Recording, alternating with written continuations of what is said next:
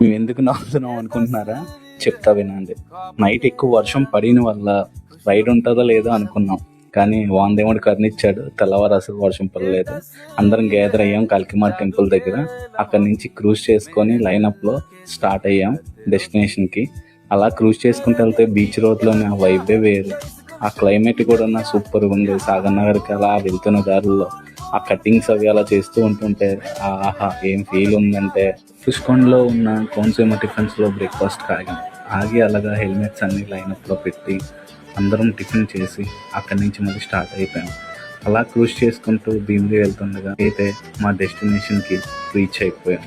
Destination reach అయిపోయిన తర్వాత కొత్త వాళ్ళతో అలాగే ఇంట్రాక్షన్స్, అలాగ ఒకరికొకరు మాట్లాడుకోవడం, అలా జోక్స్ వేసుకోవడం, అలా ఆఫ్ రోడ్ ఎంజాయ్ చేస్తూ లైన్లో 1 by 1 అలా దిగుతూ ఇంకా ఇంటికైతే రిటర్న్ అయిపోయాం. Okay, signing off. Me go Vijay Singh.